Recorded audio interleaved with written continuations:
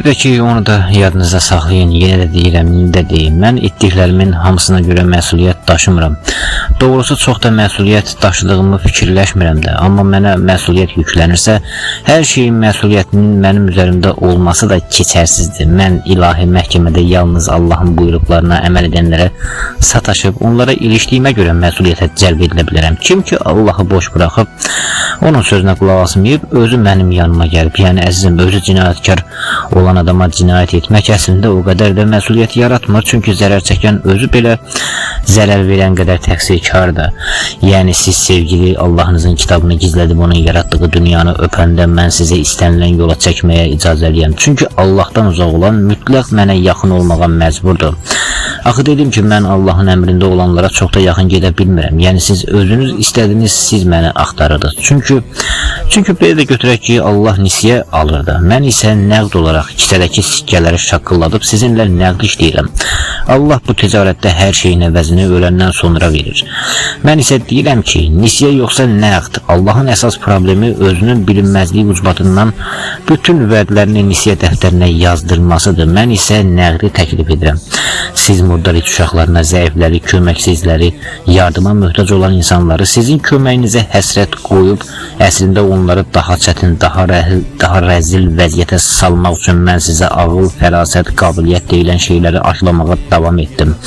Sizə insanın fərasətli olub dilbaş olmasını mən daha çox təlqin etdim. Mən insana tənbəllik yox, daha çox qazanmağı və fərasətli olmağı öyrətdim. Çünki siz zəiflərə kömək etmək istəmirdiniz, bəhanə axtarırdınız. Mən də sizə pıçıldadım. Həyatda zəif adam yoxdur, sadəcə fərasətsiz, ağılsız, beynini və bədənini işlətməyən tənbəl adamlar var.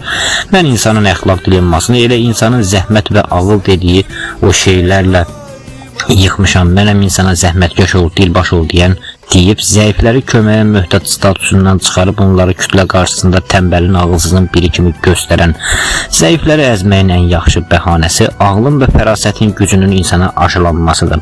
Əslində bir çox adamlar ağıl, şans, fürsət və ətraf mühit təsiri ilə geridə qalmağa məhkumdur.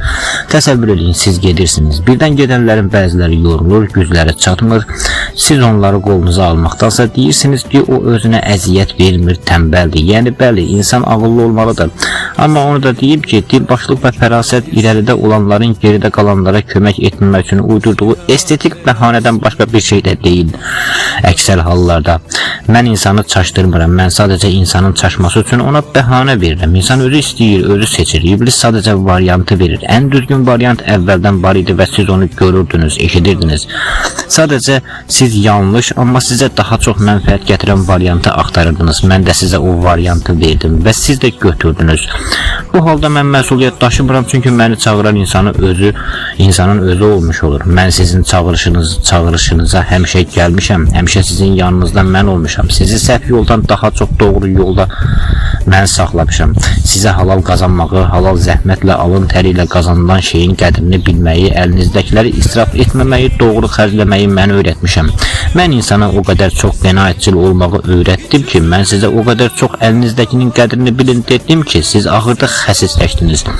İnsanlar bir-birlərinə yardım etmək, zəifi qaldırmaq istəyəndə ya da cömertlik edib başqalarının da öz səviyyələrinə gəlib çatmalarına kömək etmək niyyətində olanda tez gelib onlara pıçıldayırdım. Bu sənin halal zəhmətlə, əziyyətlə qazandığındır, qədrini bil. Sən ağlınla, gücünlə bura çatmısan. Bunu sənə Allah sən buna layiq olduğun üçün verib. Zəhmət çəksinlər, onlar da əzm göstərsinlər. Beləliklə mən insana israf etməməyi, hər şeyin qədrini bilməyi öyrətdim. Çünki insan həmişə estetik bir bəhanə axtarırdı. Mən də ona ən yaxşısını təklif edirdim. Yəni zəhmətkeşlik, fərasət və ağıl gücü öz-özlüyündə belə zəifləri əzmək üçün estetik bəhanəyə çox asanlıqla çevrilir. Əslində isə həyata diqqətlə baxsanız görərsiniz ki, istər zəhmət, istərsə də ağıl gücü ilə həmişə qabağa getmək olmur.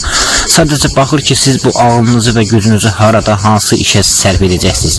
Yoxsa ki, mən saysız, hesabsız ağıllının və zəhmətkeşin peyinlikdə sadəcə bir tikə çörək pulu qazanmağa çalışaraq yaşayıb öldüyünü görürəm. İnanın mənə, o qədər çox ağıllı, hiləgər adamlar var ki, siz onları görəndə, onlarla danışanda, onların necə manipulyativ, yalancı qılığa girən kələk və fırıldaq işlətmək qabiliyyətinə şahid olsanız, Təəccüb edərdiniz, deyərdiniz ki, axı bu adam bu qədər ağıllı olduğu halda niyə hər qoltuğunda gənc, yüngül, əxlaqlı bir gözəllə, altında bahalı maşın, cibində çoxlu pul gəzdirmir? Niyə bu adamın əlində bel balta ilə lənətə gəlmiş aşağı sinifdə, fəhlə sinifində çürüyür? Ondansa ağlından istifadə edib böyük şəhərlərdə daha güclü insanlara yamanıb özünü yuxarı qaldırsın. Təəccübünüzdən dəli olardınız. Yəni, əzizim, ağıl və fərasət heç də insanı tam olaraq qabağa çəkmir. İnsanın irəli getməsində saysız hesabsız digər ünsürlər də var. Əlbəttə siz dərhal o köhnə təsəlliyə qaçıb deyəcəksiniz ki, itdən çox çarx daşıyan yoxdur, amma yenə də ayaq yalandır. Yəni gizbəsər kimi özünüzü aldadacaqsınız ki, güya Allah özü o hiləgər adamı bu aşağı rəzil kasıbçılıqda saxlayır. Bəs bəlkə burada Allah yox, mən özüm o hiləgər alçaq adamı məhz orada saxlayıram. Oradakı adamlar üçün, yəni aşağı fəhlə sinifi üçün də müəyyən sayda alçaq adamlar saxlayıram ki, aşağıdakılar ilə aşağıda da əzilsinlər, bir-birlərini diksinlər. Bu ola bilməzmi ki? Çünki hər şeyin ağlın və fərasətin gücü ilə olsaydı, o ağıllı, fərasətli, eyni zamanda bu ağlı hiləyə, kələyə çevirən adam heç vaxt fəhlə sinifində qala bilməzdi, elə deyilmi?